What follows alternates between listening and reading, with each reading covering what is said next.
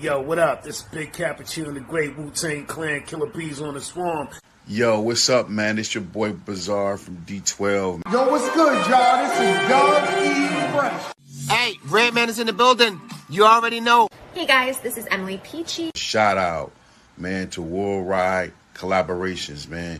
I want to shout out Worldwide Collaborations, LLC. Shout out to the Worldwide Collaborations, LLC.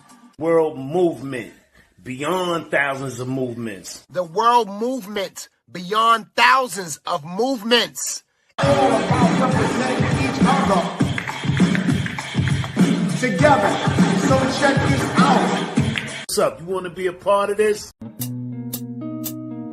I can't go another day with this on my mind. And I think it's time for a discussion. Why you so hard? Show me that you love me, baby. Why you so hard? Show me that you care. So many days, so many nights, so many tears. I had to cry. Told me you love me. That was a lie. Loving you was a mistake. Loving you was a mistake. Loving you was a mistake. Loving you was a mistake. Play me like guitar, baby. You only love me for pretend. Play with my emotion, girl. And I don't wanna be your friend. Play me like guitar, baby. Love I have for you is real, yeah. While you're playing with my heart, babe. I play my heart, babe. Let me tell you how I feel, baby. So many days, so many nights, so many tears. I had to cry. Told me you love me. That was a lie. All right. Welcome back to the Chatterbox with yours truly, King Jacob. Tonight we have another star-studded episode for you, man, where we bring you the news, media, and the best, inspirational stories and the best testimonials to get out to the public eye so we can embrace those professionals in our community. I just want to give out to the Worldwide Collaboration, my guys out of NYC, and recording artist Tonio Armati out of Virginia by the way of Raleigh, North Carolina. So tonight we have another treat for you, man. We have none other than Minister Calvin R. Thomas. What's happening, man? Chilling. That was a hell of an introduction you got there. Who was that artist? That was a dude from Virginia that was just singing right there? Yeah, he's from Virginia, but he lives in Raleigh now. Oh, yeah, okay.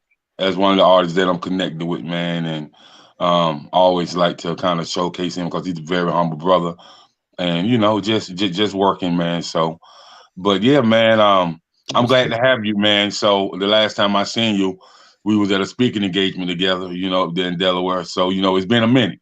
Yeah. What was it called? Shattering the Ceiling, I believe it was. Yeah. With Dr. Ellis and none other, LaShawn Shelton. Yeah, LaShawn, one of the baddest PRs in the game, for sure. Shout out to her as well, man. So, man, we're going to get into your story, man. But before we get into the story, who is Minister Calvin R. Thomas? Man, Minister Calvin R. Thomas is a fighter. Minister Calvin Thomas is ambition. He's an entrepreneur.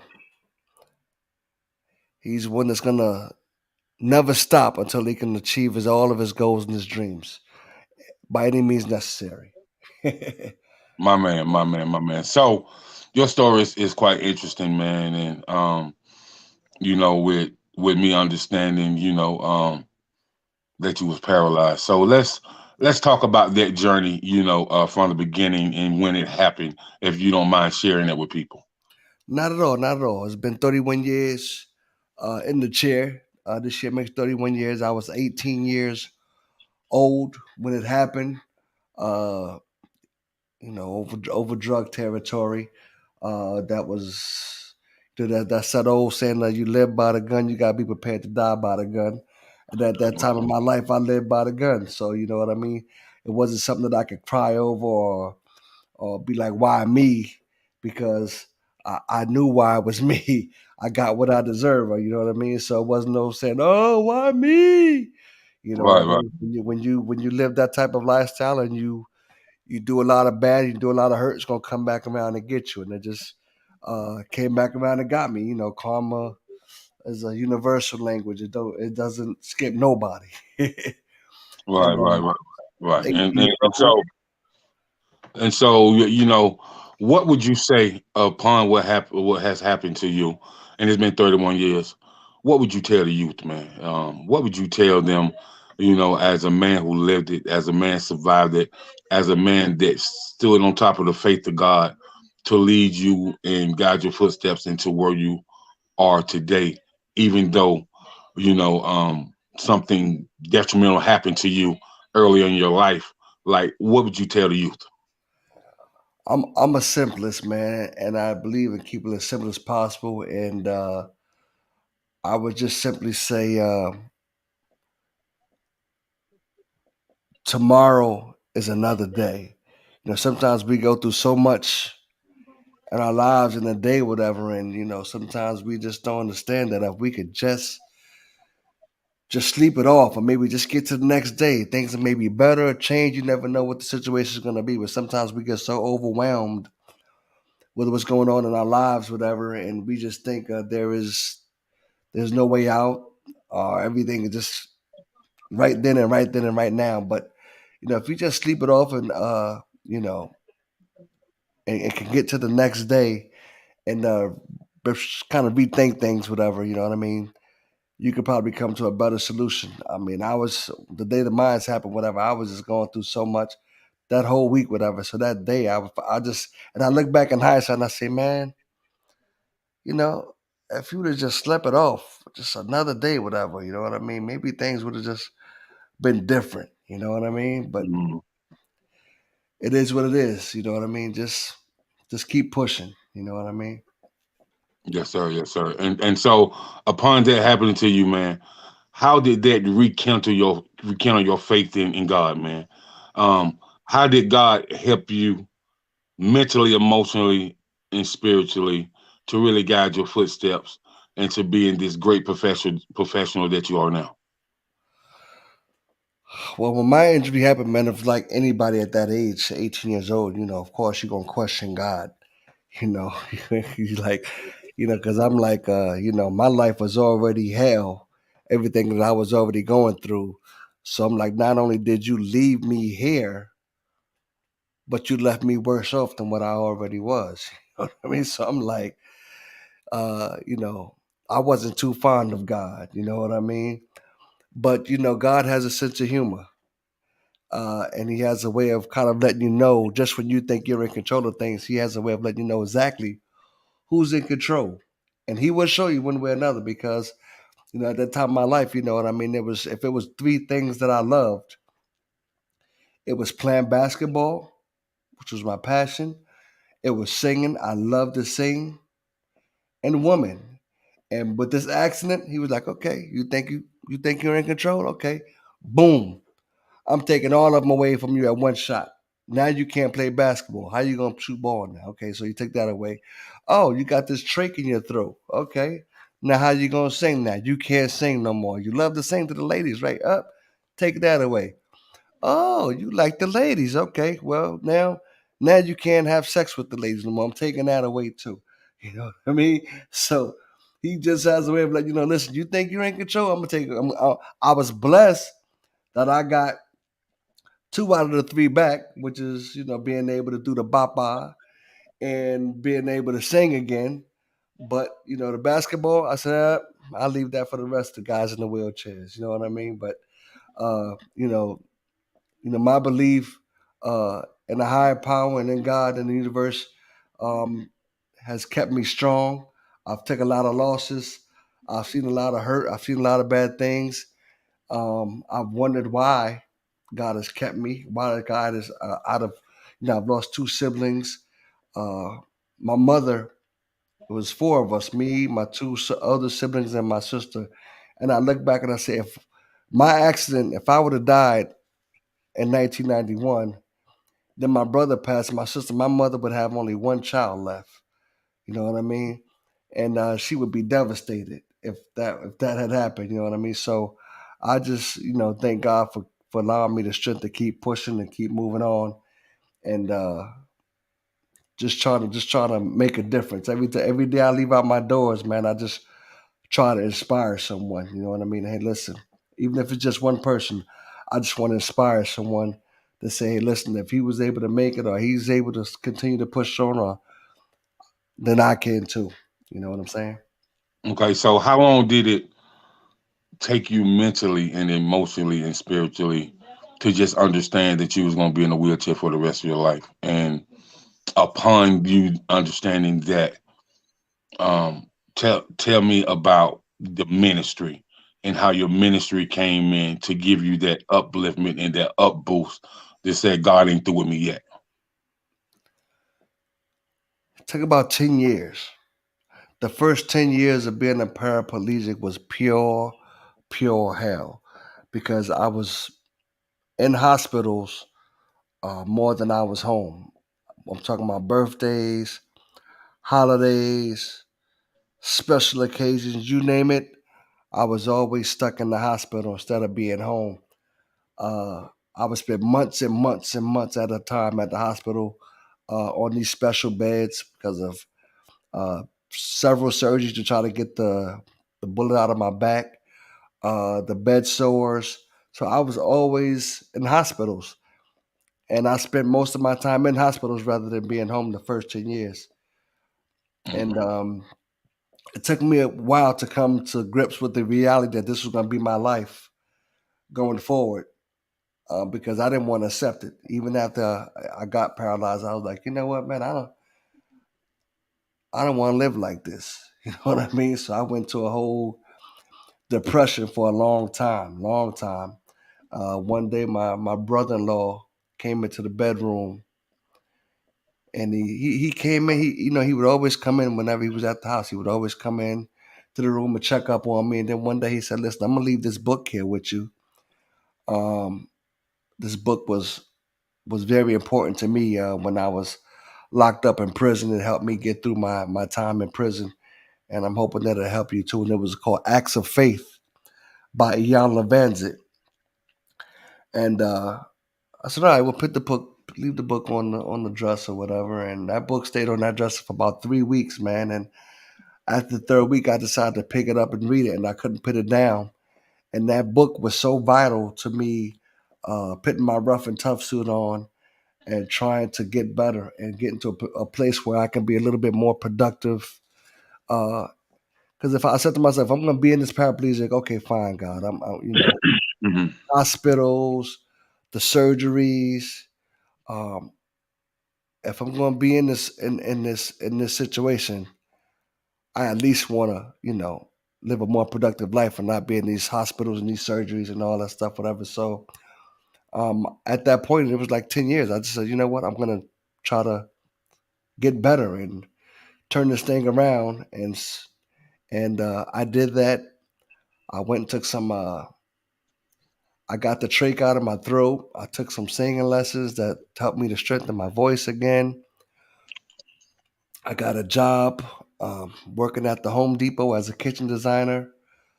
All these things propelled me to continue to strive to get better and to lead a more productive life. Um, I I I had this woman. Her name was Bertha Brown. She would always see me sometimes out in the streets. I remember one day they was having a revival out in the street, and she knew a girl that I went to school with. She said, "Bring him over here, the guy in the wheelchair." You know how they do with them revivals. Right. So she brought me over there and she talked to me, whatever, and she's trying to get me like, well, I want you to come to church. Da, da, da, da. And I said, yeah, just to get out of that situation. I was like, yeah, I'm gonna come. Not knowing that she knew my mother. So this lady contacted my mother for weeks and weeks. Yes, son promised me he gonna go to church. And I said, oh my goodness, this lady she's resilient. Let me just go ahead and go to church. And so this woman could stop calling my house. Right. I decided I went to church, and it was, I don't know if you ever had one of those situations where it felt like the preacher's talking directly at you as he's doing the sermon. Oh yeah. And it feels like he was just talking right at me. Like it was like, does this guy know me or something? Well, I feel like this sermon is about me. This guy don't know me. So it's one of those situations, whatever. And that started me to getting involved in the church, because I wasn't no church kid growing up. But that right there started me. I became a choir member. I eventually became the president of the choir. Um, I was single-handedly responsible for bringing more members to that church in its existence than anyone had ever did before. And that church had been around since the 1950s or 60s, somewhere around there. And once they brought me in, I started just, I started using my relationships with the guys out in the streets and stuff like that to bring me. I would just invite people to church, whatever, because I was a street kid. And the other guys, I had to go through the hood to get to church. So they said, well, if Calvin can go to church, then who am I not to go to church, whatever. So I would invite cats to go to church, and I was confident that if I can get them there, my pastor could keep them there.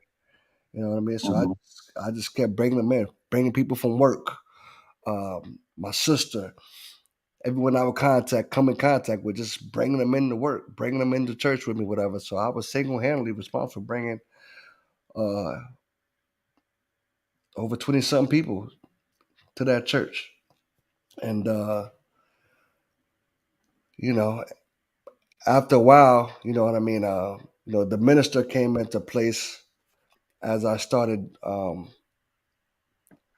learning my history, learning African spirituality and stuff like that. And I just wanted to have a more closer relationship with God. I wanted to cut out the middleman. I just wanted just to be me and God. And that's how that came into place. And started doing the research and started, making my rounds, speaking and going to different places. And I got indoctrinated. In 2019, I became ordained by the Universal Life Church to be a spiritual minister. Remarkable. Very, very, very remarkable, man. And so how is this ministry going for you, man? And how has it been with the impact on everything you've been through? And now that you are a spiritual minister, man, how has that navigated the way you view the world? The funny thing is, just the other day I was speaking to a friend of mine and asking them, I've been under the teachings of Dr. Ray Hagins. I've studied a lot of Dr. Benjo Canning and Dr. Henry Clark. And I was just speaking to a friend of mine and saying, I think I saw an old abandoned church on my way back from Charlotte, North Carolina. And I said, I think about going ahead and just either buying an old abandoned or church that's no longer in use and really taking this to another level, as opposed to doing a lot of ministry and activism behind the computer screen. And they were saying to me, they said, you know what, you may want to think about that, because you might could do better if you uh, do it online, like an online ministry. It's less overhead, and you're trying to get people out of that thinking that they have to be in a house of worship in order to connect or to have a relationship with God. So, we're trying to, change people's way of thinking, to not think to put all their ideology into a building. You know what I'm saying? Understand. But me myself, I like being in the temple. I like being in the house of the Lord. I don't have nothing against going online because when I'm not able to go, that's what I do. But for me, I like being in the house of the Lord. I like fellowshipping. You know, with the body of people that's within the body of Christ. Because people may believe it, don't believe it, but I met some remarkable people in the house of God, man. Remarkable people, and these relationships will serve me for a lifetime. And so I can see your point. No, you don't have to be in there, but a lot of times some people may want to be in there. And I think, and just gonna put it out there, speaking existence for you, you definitely gonna have your own church. Well, appreciate that, brother. That means a lot coming from you. That's for sure. Yeah. You definitely gonna have your own church. Might not be in New York, but you gonna have one. You know what I'm saying? They might be in Charlotte, Fayetteville, Raleigh, Winston-Salem. It's gonna be somewhere. Might be in Columbia, South Carolina, Greenville, South Carolina, but it's definitely gonna be somewhere down south. Trust and believe that. Cool. I accept that. Right. Because I by received popular, that. yes, sir. But what people gotta understand, yeah, you from NYC, but you have a lot of people and a lot of love and a lot of people that really, really, really enjoy you in in the South. You know what I mean? So the Man, South is like your second home. man, you're gonna make me emotional over here, brother. Yeah, the South is like your second home. So man, just act on it, ask God to guide your footsteps, man, and then the best gonna happen for sure. Absolutely, I believe that for sure. Right.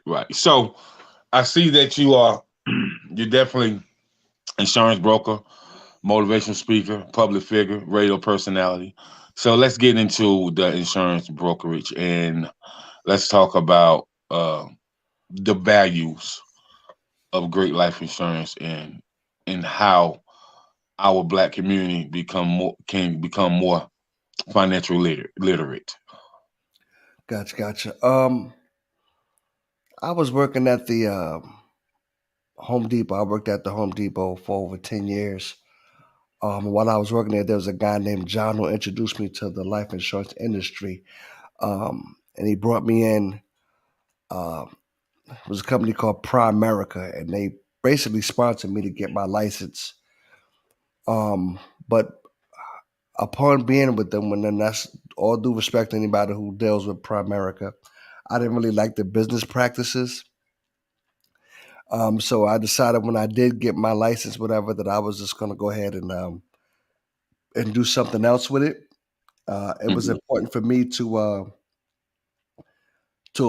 take what I knew about life insurance and bring it to my community because I had lost a few of my people. One of my homeboys passed away, and I remember we went door to door in the projects trying to raise enough money to give him a decent burial.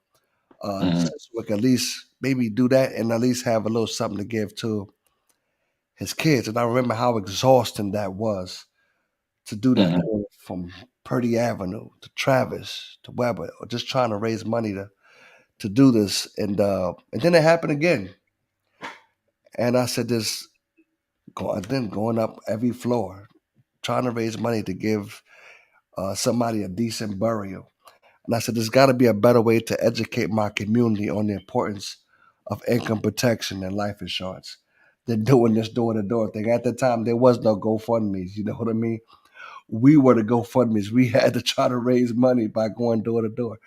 And I said, there's got to be a better way to do this because our people are dying and they think they got forever. They're dying and leaving their kids with nothing. They're leaving their families with the burden of trying to bury them and give them a decent funeral. You raise enough, you at least want to raise enough so you can at least try to get them cremated or something. or give them a decent viewing or something like that. So I said, it's got to be a better way. And so when I got introduced to life insurance, I wanted to use that to go back into my community and educate my community on why it was important. Because when I was growing up as a kid, I remember my mother paying the life insurance. I remember my grandmother paying life insurance. And back in those days, life insurance was just like any other bill in the house.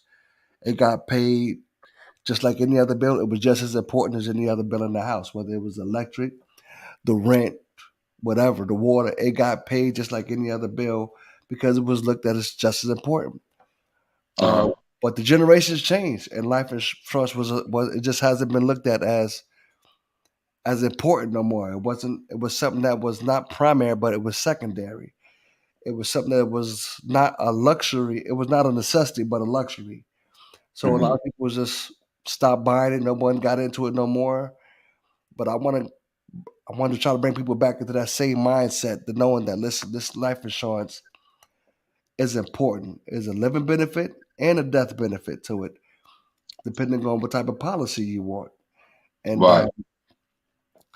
but it's hard. It's like pulling teeth, especially in the Black community, because I see life insurance agents all the time in other ethnic groups, man, and they thrive. They do very well because other ethnic groups see the value in life insurance. It's our communities, our ethnic groups that doesn't see the value in it. We think, oh man, I'm gonna die. What do I care about what happens to me when I'm dead? I'm dead.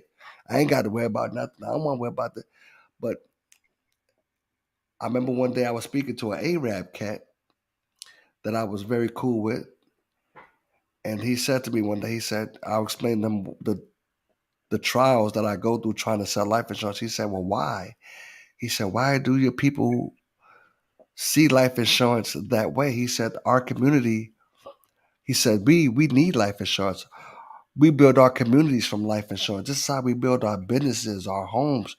There's no other way that we can come across a X amount of dollars at one time, a lump sum of money, to be able to do things we did without life insurance. So why don't your people like it? And I'm like, man, you don't understand.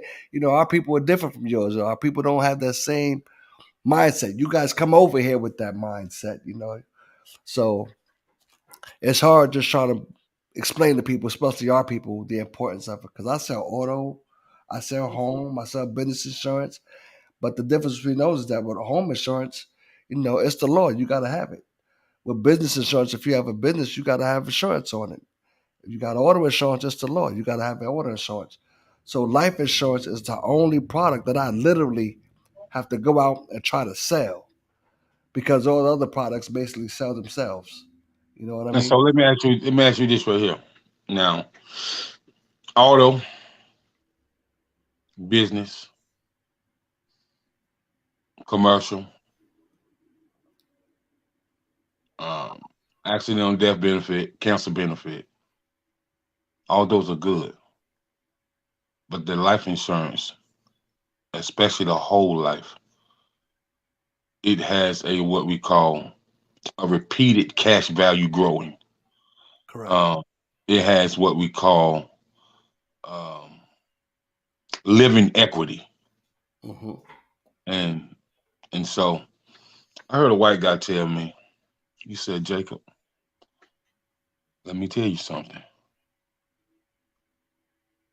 If you or any of your partners have children and they have had that same policy on their children since they was 3, 4 months old, and say they're about 13, 14, and I hear you say that a partner of yours want to have business, have him own his own business, and he asked me, do he have life insurance? Do him, his wife, and his children have life insurance? I said, yeah, all of them got it.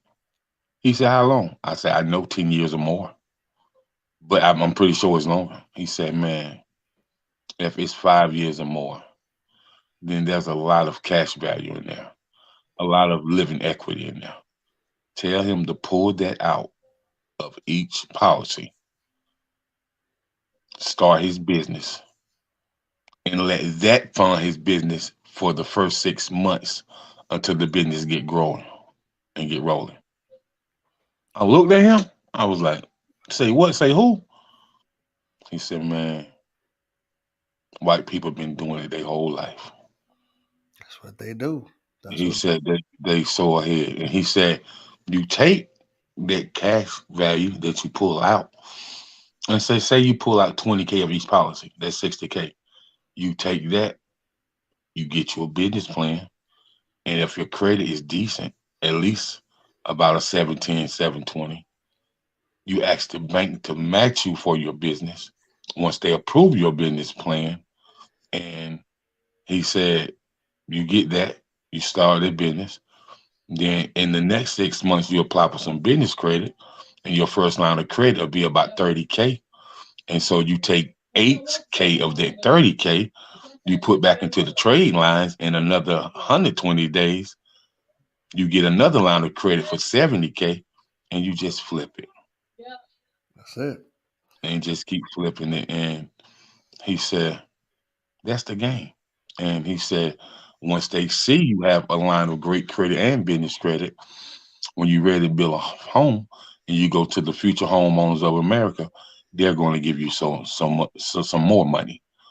And he said, if you're an outside cat and you're a farm boy, and they see that you have all that going on, you go to the Future Farmers of America, they're going to give you some money. He's like, man, he said, white people been doing it forever, man. They flip money with different organizations and they keep the money growing. And by the time their children are 25, each of their kids will have 100 to 200K in account that hasn't been touched. Mm-hmm. And they can't touch it till they're 25 until they graduate college. And so that's how they get ahead and win. That's it. And you know, what Homeboy was telling you was, it sounds like they've mastered what they call OPM, other people's money. You know, right. And so but you, like I said, when you have something, you can do that, whatever. But when we don't see the value in the life insurance, because we're too busy thinking about the death benefit and not the living benefits, as far as the equity that builds up in the policy. Like you were saying, though, I got a homeboy, my boy Reed. I was in the barber shop getting my hair cut and talking to my barber because my barber wanted to get life insurance. So we going over everything, we talking about it, whatever. And the other barber, he's like 2 chairs down. He hears the discussion, and he comes over and he gets into the discussion. He started talking about his situation. Now, him and his wife, he just became a barber. He had only been a barber for like a week, but he was forced to become a barber to take on that job because he had lost his job. He had no other money coming in. His wife and him were on hard times, and they try to figure out where their next paycheck is going to come from. Basically, like I said, he just started about a week before that. And he heard me talking to Reed about the life insurance. And he said, well, my wife has a life insurance that her mother got for her. I said, well, do you know what kind of policy it is? He's like, nah. I said, do you know how long he had it? He said, well, I think it's my wife's mother had it for a long time. She got it for her when she was younger. And she put the policy into my wife's name, whatever. I said, well, when you go home, check up, speak to your mother-in-law, your wife, whatever, find out about the policy. And give me a call or whatever. We'll discuss it. We'll talk about it, whatever. And they were sitting on about $38,000 in that life insurance policy that they had no idea that they had access to, that they could use. And here they are, they struggling. They done moved back in with the mom-in-law. He had to try to become a barber. And he wasn't even a barber yet. He was what they call an apprentice. He was under the barber trying to learn to get his license. So they trying to check, trying to get, money for the family, and they struggling, but they didn't know that this $38,000 was just sitting there. So I said, listen, man, you got $38,000 in life insurance and equity in that policy. That's cash value. That's yours. That belongs to you. Your wife's mother been paying into that, whatever, and that's your wife's. It's her. She's the policy owner. She's the insurance. It's in her name. So I said, you really I mean, you ain't got to take out the whole 38. Take out 10 grand of that. Get back on your feet. Get you an apartment, whatever, and you Gucci. You know what I mean? And that's what they did. And for me, doing stuff like that, I get a lot of gratification out of being able to educate people and to help people in situations like that just don't know what they can do with that equity in that life insurance policy because they just so naive and just don't wanna know. But yeah, man, I always try to tell people if you can afford a whole life insurance policy, man, get that. But in the event that you can't, get the term. It's cheaper. Having some life insurance is better than no life insurance at all. You know what I mean? And the way the mortality rate has changed, the way people, especially of color, are dying at an early age. We used to count on getting to the 60s or 70s, but the way we're dying now, and the diabetes and the heart trouble, and Mm-hmm. we're not taking care of ourselves. You're lucky if you get to 50 now. Yeah. So get the term because that life insurance is for a whole life. But if you can get you a 30-year term, you're 30 years old, and you get you a term policy, you know what I mean? That's gonna hold you over for 30 years. Or if you're 20 years old and get you a 30-year term, you know what I mean? That's gonna hold you till you're at least 50 years old. Because the way people die now, you like if you get past 50, take what you can Yeah. get. You That's know? right. That's right. That's right. That's right. So, man, as far as the homeowners insurance, and I hear a lot of people say this. And I heard some wealthy people say it at a couple seminars and whatnot. Because I try to whether if it's virtual or whether it's live in person, I try to connect with different seminars and stuff like that. So, with that being said, man, how much equity do people leave in their homes, man, that they know nothing about? Cause I heard a white guy say, man, I told a buddy of mine, he said that he almost threw big paying for his home. Uh, he they say he'll be through in 32 years, but he paid it off. He was maybe like 5 months for paying it off in like 25 years. You know what I mean? And he said he tried to tell his buddy. He said, man, if you've been paying on a house over 10 years, man, there's a lot of equity in there that you can pull out, and Yes. it's yours. It's yours. So, how does that pulling out the equity work when it comes to home ownership? Basically, it's almost like the same process, man. I had a homeboy named Greg, and another one that just recently relocated because of the equity that he had in his home. And I've seen people who live in homeowners that have challenges. It's one of the reasons why I've never personally wanted to buy a home. My thing was I'd rather get a condo than to buy a home because I don't want to deal with the responsibilities that come along with it, being a paraplegic. But I've seen them come across situations where sometimes the roof needs to be replaced, the furnace needs to be replaced, and they just don't have the means, and they don't realize about the equity that they have in that home. But they can pull out and go in there and get and use that equity to fix their home up, or like I said, to just say, you know what, we're going to cash it. We're going to take out Hmm. 50,000.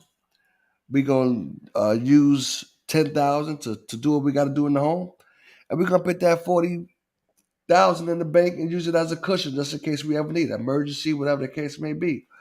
But again, it comes down to education. It comes down to knowing and about your resources that you have.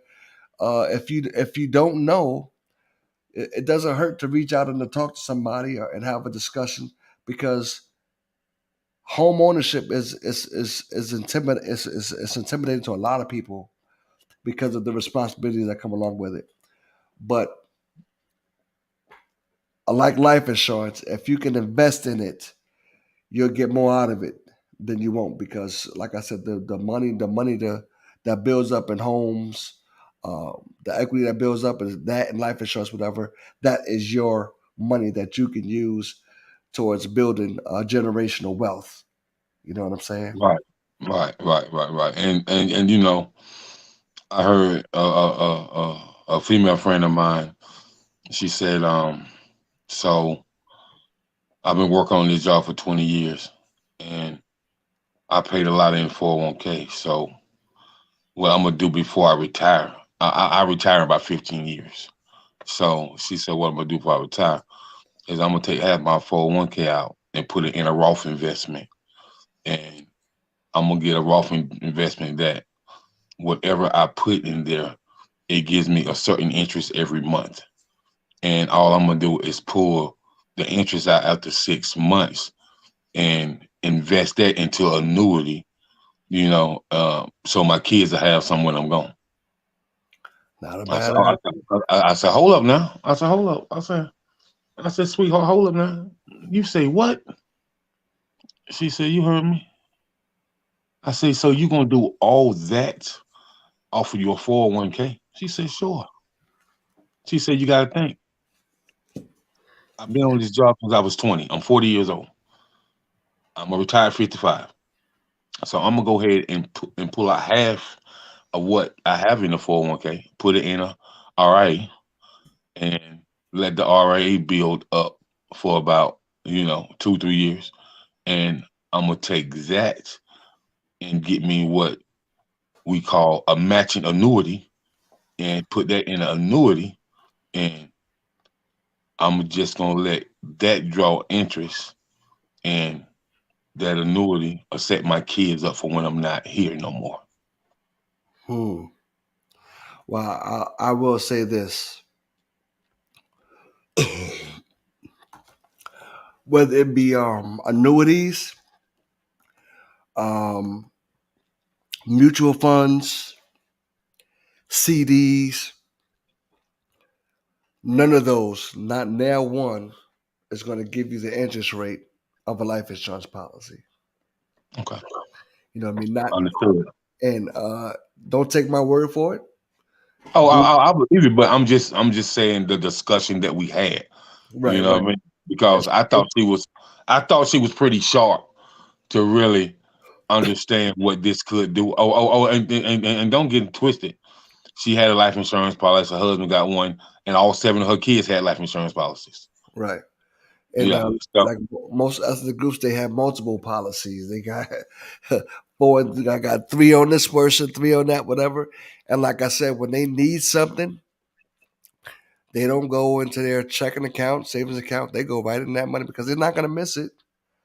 I mean, I need a quick 10 grand, or my kid just graduated from high school. I want to mhm. buy him a nice car, whatever. These are all the things that you could do when you got multiple policies laying around and you paying little to nothing on them because you're getting them while they're young. And I was just, and you listen, man, it's so many opportunities that they can do with multiple life insurance policies. Not to mention, if something happens, whatever, you still come into a great lump sum of money. So you're just continuously, building generational wealth. And I kid you not, I'm glad you bought this because I was just about 3 weeks ago. I was in Mount Olive, North Carolina, at my aunt's house, and she had a life insurance policy that her mother had got on her, and her mother passed away in 1993, and made Mhm. all her and all of her siblings the beneficiaries of that policy. Now it wasn't much; it was like a 5,000 something like that policy, whatever. It was just to give her and her siblings a little something if something was to happen to her. Uh-huh. So she called me over to come look at some life insurance policies about her son, and didn't realize that she never cashed in the policy from when her mother passed away. She didn't even know it was in there. She said, I didn't know I forgot to know I had this. So Mhm. and her mother passed away in 93. Her mother had paid off the policy. So the money just sitting there growing interest. So I said, it was on a Sunday. So I said, Amma, you gotta call this life insurance company tomorrow. Now they no longer in existence, but they changed the name. Another company bought them, whatever. So you're gonna have to call this company. Mhm. And she's sitting on some change and didn't even know because that thing had been paid off since 1993, and the money that was in there was just kept growing and growing, the interest. And she was sitting on change, didn't even know it, man. You know what I mean? So, you know, It sounded like she was sitting on a nice little chunk. oh yes, definitely. I don't want to get it, but she was definitely sitting on some nice change, and she was just so happy that I came by and saw that joint, whatever. But man, you know, we have to we have to be more responsible when it comes to getting education about whether it be home ownership, life insurance, putting money aside, interest rates, and knowing where to put our money and how it's going to grow and help us create generational wealth. We have to. I reach out to my family all the time and I say, if I can get 20 of my family members to commit to giving out, $50 a month or something like that, or $25 a month, whatever, and we put this money somewhere, and it's just hard to try to get people to want to do something. Everybody think that you got an ulterior motive or something like that, So it's hard to get our people, to try to commit to doing something like that, man. But the resources are there. If you speak to someone about it, especially if you want to speak to a life insurance agent, contact somebody. Let them speak to you. Talk to them. Ask all the questions you need to ask. Even if you want to reach out to me, reach out to me. Ask me any questions that you want. I don't want no money from you. Just ask me the questions, and I'll be more than happy to answer any questions that you may have. Especially when you're getting a great interest rate like you do from life insurance. Like I said, no other entity, no mutual funds, no CDs, none of them give you the interest rate of life insurance. None of them. Not now one. I heard that, man. So, man, I appreciate the dialogue and everything, man. So it's about our time to get out of here. And for people that want to get into contact with you, man, whether it be speaking engagements, whether it be life insurance, whether it be, want to just record something with you. So, cause you still making music, right? Nah. I ain't making no music, man. Chill out, man. Chill out, man. I do Chill, weddings. yo. I do weddings here and there, whatever, and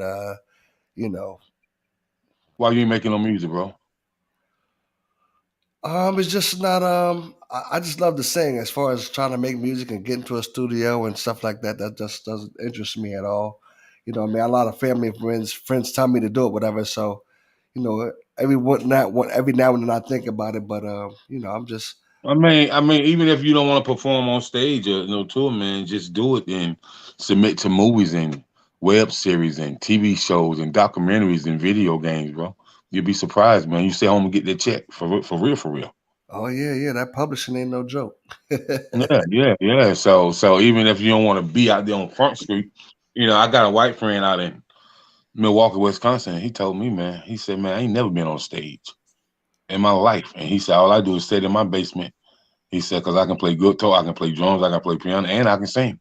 I just sit in my basement and submit to different TV shows and video games and stuff. He said, man, I ain't worked a job in 10 years.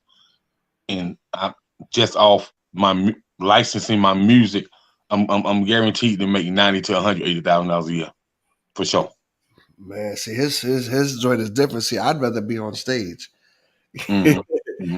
He said, man, he told me, man, he said, bro, I got too many kids to be on stage, man. I got 6 children, man, and they ain't nowhere close to being grown. So he was like, they range from 12 years old all the way over to 6 months. He said, so that's why I stay in this basement. You know what I mean? Yeah. And he said, people try to book me all the time, man, but hey, he's like, I love the music, but I still got to be a father to raise these children. I can't be all over the world. So this is the option that I have. And so I told him, that's smart. You know what I mean? At least you still doing what you love, but you just can't do it at the magnitude that you would like, but you still keeping your name out there fresh and keeping your name in the archives of people and stuff like that. No doubt, man. I go to karaoke like every week, man, just to be able to get on that stage and just to be able to feel the energy from the crowd and the people, whatever. And that's for me, that's a high. You know what I mean? No, I can dig it. Yeah, that's what's up, man. So, for people that want to get in contact with you, man, go ahead and give them your information, your social media handles, your website, and all the above, and then we'll get out of here. For sure, for sure. My social media is Minister Calvin R. Thomas. That's my page that you can go on there and book me at any time. My phone number is 302-357-5224. That's the number to Thomas Insurance Group. And my webpage, I'm trying to finish that up. That's also going to be just calvinrthomas.com, where you can reach me there as well.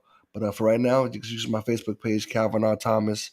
I have a page specifically for speaking engagements and stuff like that. You can reach me right on there. All right, you heard it first. The Chatterbox with King Jacob and with Minister Calvin R. Thomas. Remarkable story. I appreciate him coming on, sharing this dialogue with us, and we'll definitely be in touch. And for those who want to submit music to you for your station, how do they do that?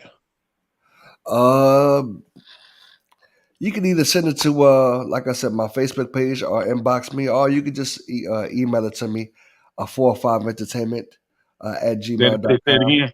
Say it again. 405entertainment. That's the letter A, the number 4, 5 spelled out, ENT at gmail.com. 45ENT at gmail.com. Okay. Bet. Say no more, man. So you heard it first, man. You can submit to the radio station. You can get at them for, some financial literacy talk, some financial engagement. So, because he's open to help you, and we just want to thank him, and we want to thank God for his life, for his journey, and for him being able to inspire people from all over the globe. He's definitely a remarkable man, has remarkable testimony, and keep inspiring so you can stay inspired. For sure. And if they ever want to listen to the podcast, just every Wednesday, we do it for the culture radio on Wednesdays and Sundays from 7 to 9. Okay. So I'll be getting all the information from you through Messenger, and then I'll definitely be getting my people to submit some music and stuff like that, and so you can get familiar with some of the people that I deal with as well. All right, cool beans. Appreciate you, brother. Yes, sir. Peace and blessings. We out. All right.